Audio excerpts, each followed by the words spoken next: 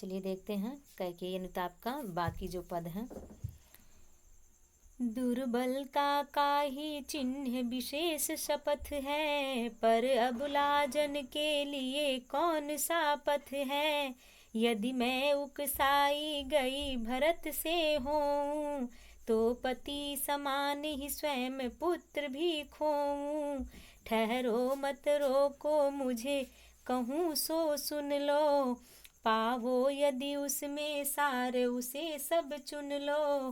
करके पहाड़ सा पाप मौन रह जाऊं, राई भर भी अनुताप न करने पाऊं। थी सन्न छत्र राशसी निशा ओस टपकाती, रोती थी नीरव सभा हृदय थपकाती। उल्कासी रानी दिशा दीप्त करती थी, सब में भय विस्मय और खेद भरती थी। क्या कर सकती थी पर मरी मंथरा दासी, मेरा ही मन रह सका न निज विश्वासी।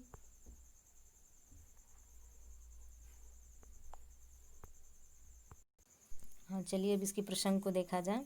इसमें यही कहा गया है कि राम और भरत के परिसंवाद को सुनकर के कैकेयी ने अपनी मूल स्वीकार करते हुए, यानी कि अपनी कमी को स्वीकार करते हुए स्पष्ट कर रही हैं। क्या कह रही हैं?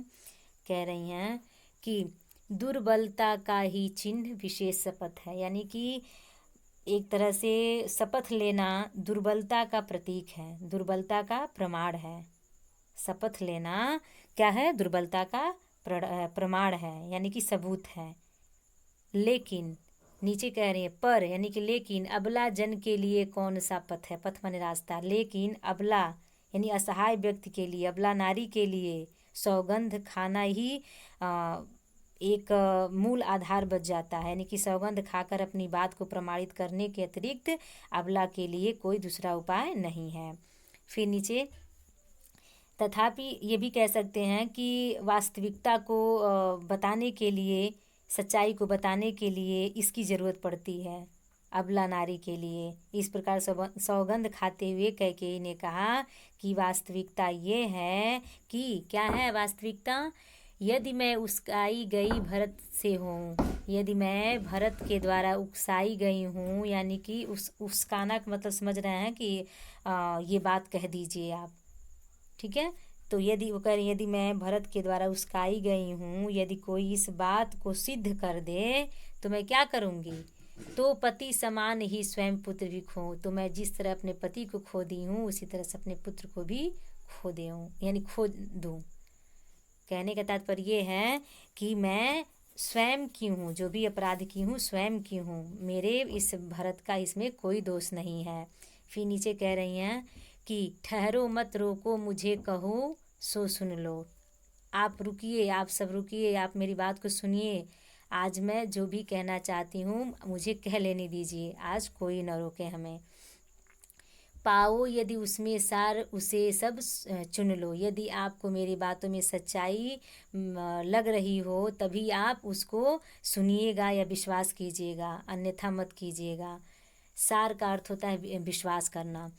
करके पहाड़ सा पाप मौन रह जाऊं, क्या मैं पहाड़ के समान पाप की हूँ तो क्या राई भर मैं पश्चाताप न कर पाऊँ? नीचे लिखा है राई भर भी अनुताप न कर पाऊँ, यानी कि मुझे इतना भी अधिकार नहीं है कि मैं राई के समान, यानी कि छोटा सा पश्चाताप भी कर सकूँ। इतना बड़ा मैंने पाप कर दिया, पाप, इतना बड़ा पाप, यानी पहाड़ के समान मैंने पाप करके मौन रह जाऊँ तो ये सही नहीं है, मुझे पश्चाताप करने दीजिए। थी सन नक्षत्र शश निशा ओस टपकाती। शश माने होता है चंद्रमा, निशा माने रात्रि।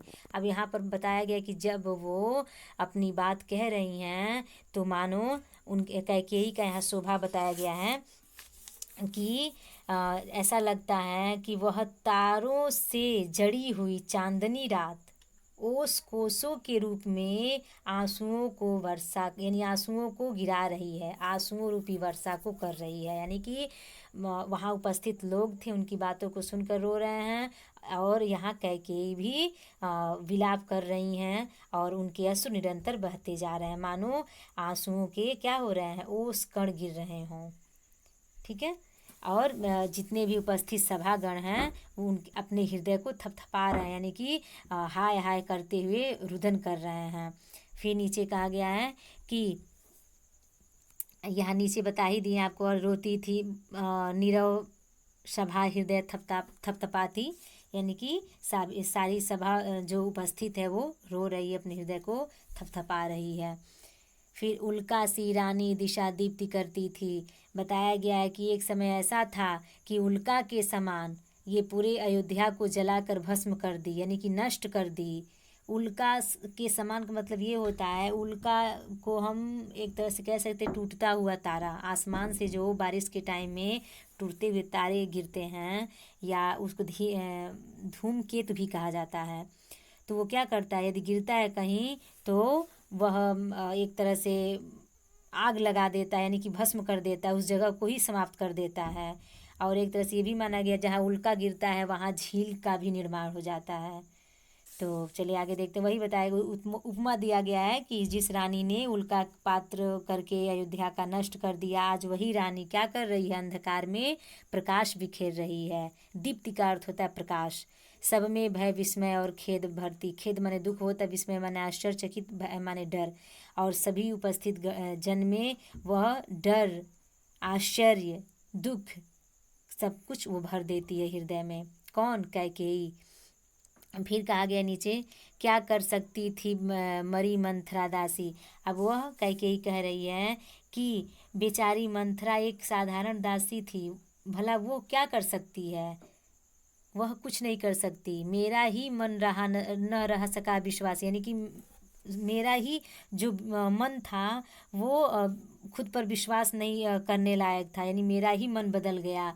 और जो भी की मैं खुद से की। मंथरा तो एक मध्यस्थता थी और उसमें मंथरा का कोई दोष नहीं है। मेरा ही मन मेरे वश में नहीं था और विश्वासी हो गया था। फिर नीचे कहा गया है, चलिए आगे बढ़ते, इसमें प्रसंग बदल जाएगा, इसलिए आगे हम देखते हैं।